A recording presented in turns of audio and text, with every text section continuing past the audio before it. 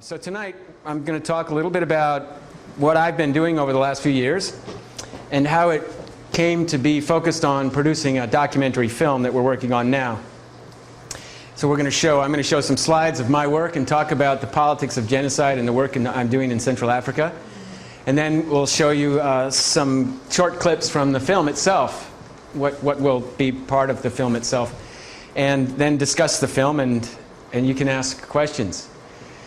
So there's a guy sleeping already and I haven't even started. I'm not asleep. I know that very well. I've been accused of sleeping when I have my eyes closed, but I'm actually listening and I'm not sleeping at all. So do what you need to do, brother, okay?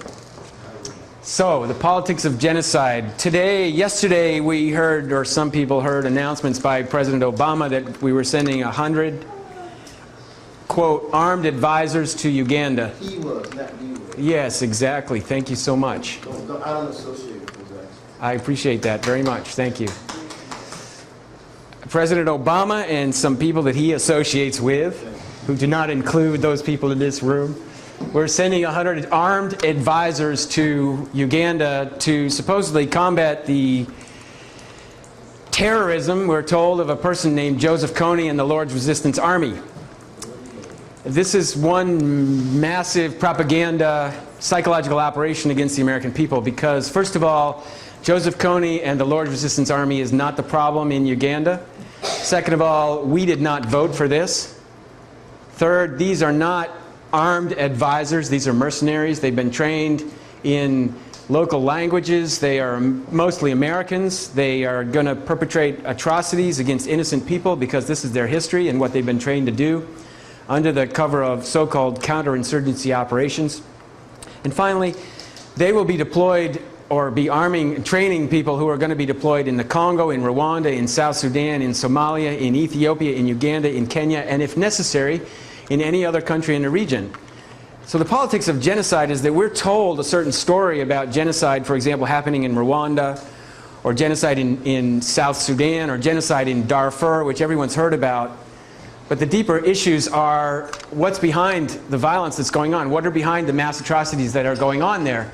So Darfur offers a perfect example, and this is a New York Times Magazine cover story. It was 8 pages inside the New York Times Magazine about the supposed genocide in Darfur.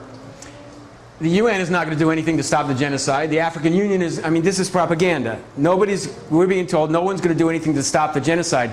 The point is, you as individuals need to take some action to do this. What you need to do is write your senator, write the Congress, tell the Congress what they want you to tell the Congress, which is to stop genocide in Darfur, which then gives Obama or Bush or Clinton the license to send in 100 so-called armed advisors to do what they want to do, which has nothing to do with stopping genocide or stopping war crimes.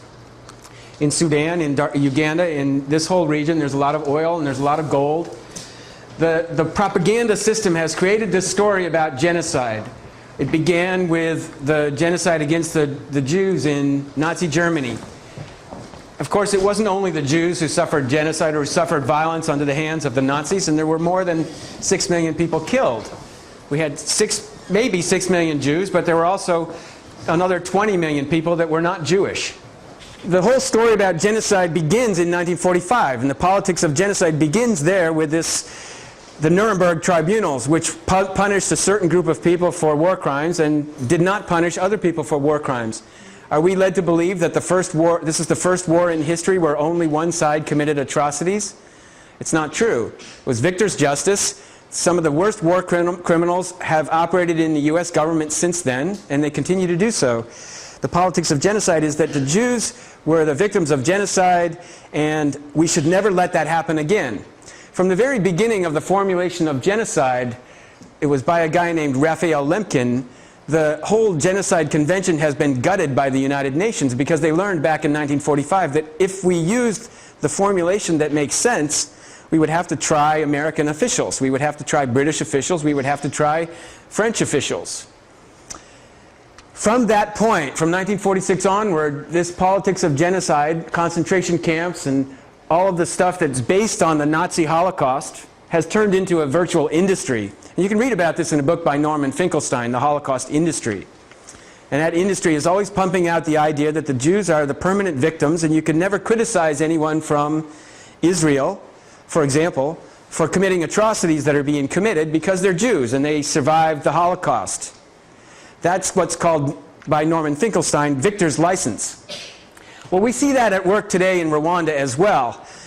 The mainstream argument story about, of course, genocide began with a genocide long before this. It began with a genocide against the Native Americans. It began with a genocide against the people of the Philippines and the Aztecs and all these other peoples. And, you know, we can get into the subject of genocide in Tibet and who's responsible for that, as long as we talk about the relationship between the Dalai Lama and the CIA, for example. So that's the politics of genocide. The Dalai Lama is not an innocent person in the world. He's participating in a political construction which creates and accuses some people of genocide, in this case China, accuses them of invading Tibet, but never talks about our connection to the CIA involvement in Tibet or the CIA involvement behind China. That's the politics of genocide. It's a very narrow, one-sided story. So let's skip over to Central Africa. Here we have, maybe you could click the light off just for a moment so people can see this map a little bit better. This is the map of Sudan. Here's the border of Sudan. Right there, that's Sudan. And these blocks are oil concessions. The south is already developed and producing oil. This block here, that's basically Darfur. And it's basically one gigantic oil concession. And then down here in Congo, you can't see it very well, Central African Republic, there's a big concession here. There's a bunch of concessions here in Uganda. Big concessions here in Kenya on the border of Uganda. And of course, I don't show you Somalia. There's Niger, the Niger River Delta in Nigeria. This is all the oil map. Niger. Libya has, Algeria and Libya have tons of oil, and it's not on the map because I'm trying to focus on this part. Okay, if you could click that back on. What we get in the media is that Africans are savages. They have guns, and nobody ever tells us where the guns came from. And the violence is nondescript. You can't see the guy's face even. He's just a black figure carrying a weapon. It's frightening to the white power structure that these guys are over there. They're anarchists, they're terrorists, they're committing atrocities. It has nothing to do with us, and we need to stop it. That's the message of the media here.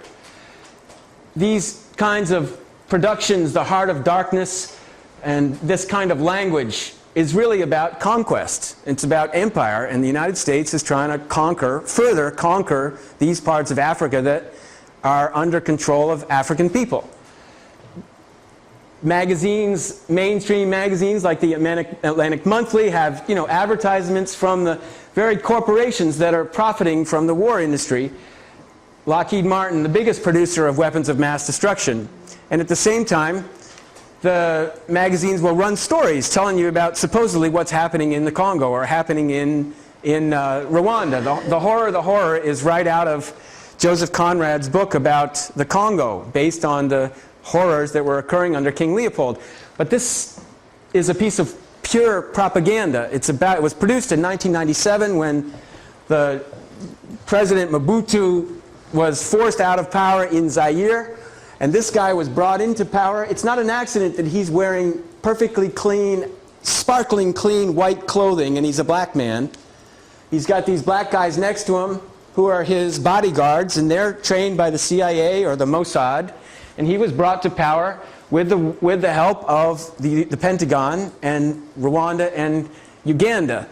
And all we get in this is that Mobutu was corrupt, is a spasm of violence. It's based in bodily fluids and Ebola and viruses and disease and all this propaganda about Africa that we get. And it makes people think that, you know, that's the nature of being black African. It's that violence and disease are part of being African. So it doesn't give you any information about who supported Mobutu. It doesn't tell you about the diamond dealers. It doesn't tell you about the other raw materials taken out of there. Same thing with a guy named Charles Taylor, who was in charge in Liberia for years. Here, the Boston Globe presents Charles Taylor as a tribal chief. But he was always more comfortable in a business suit like this because he graduated from Harvard University. And then he went back to Liberia, and then he came back to the United States after he embezzled a lot of money from Liberia. And in the United States, he was arrested because he had embezzled this money from Liberia. And he was put in prison in Boston. He's the only man in the history of the Boston prison to have been broken out and then to go back to Liberia and become president. This is Charles Taylor's history. Now, who broke him out of that prison? In fact, his records have been completely disappeared. But the truth is, it's connected to Harvard University, where he came from, because Harvard is connected to the diamonds. And the diamonds and other things coming out of the Congo. And not to mention, I mean, but it's reduced to this tribalist thing. He's a tribal king, he's got tribal ideas, and he's got his little tribal slave. That's the way the propaganda system works, to convince white people of what, basically mostly white people, what we want to believe anyway, which is that we are civilized and people in Africa are not. And that's the narrative that's always been going on. And we could talk about Zimbabwe and we could talk about other countries, but the media generally reduces it to some sort of nonsense like this. There's no connection to who's selling the weapons. There's no connection to why we are in Liberia, Sierra Leone, Congo, Central African Republic. No connection to the Pentagon. There's no connection to Mobutu's palaces and who built them and where the money came from and where the money went. And there's no connection to the white people on the ground in the Congo, like this guy, George Samja from Belgium, who's in control of vast lands where he's stripping the timber for logging industry. Some of the biggest diamond dealers in the world are from Israel and Belgium and the United States, and they're in control of various parts of the Congo, and we don't ever get that piece, and how they supported Mobutu. And of course, there's much bigger mining interests involved. So I'm going to skip forward here to talk about something else that's really important. Again, this is the kind of image you will see in the media. Instead of seeing, you know, the corporations that are involved, like Barrick Gold Corporation in the Congo. Barrick Gold directors include former Prime Minister of Canada, Brian Mulroney, former U.S. Senator Howard Baker, former U.S. President George Herbert Walker Bush. And Barrick has currently operations in 6 African countries. But we don't see the images of Barrick. We see this kind of thing. If there's any violence near the Barrick gold mines, it's tribalism. You know, it's explained away as tribalism, with pictures that leave the American public completely insane with respect to what's really going on. And back to Uganda, they sent those advisors to Uganda supposedly to fight this guy Joseph Kony, who's in the north. Well, this is the reality. These oil blocks, each of these concessions are controlled by Heritage Oil and Gas, Hardman Oil and Gas. There's one, H Oil is control of one of them somewhere here. And that's the reason for the killing on the border between the Congo and Uganda. And these companies are run by people from Britain, Canada, the United States, Israel, Australia. They're not run by the people who live on the land. And Museveni, the president of Uganda, when we talk about genocide, if anybody should be charged and arrested for crimes against humanity or genocide, it should be this guy here. The president of Uganda came to power in 1986 after a 5-year, 6-year struggle. And here he is shaking hands with these guys who run the oil company, Heritage Oil and Gas, for example. And these guys, this guy Tony Buckingham, he also runs a private mercenary company. And those mercenary companies are involved in Central Africa, in places we don't ever hear about.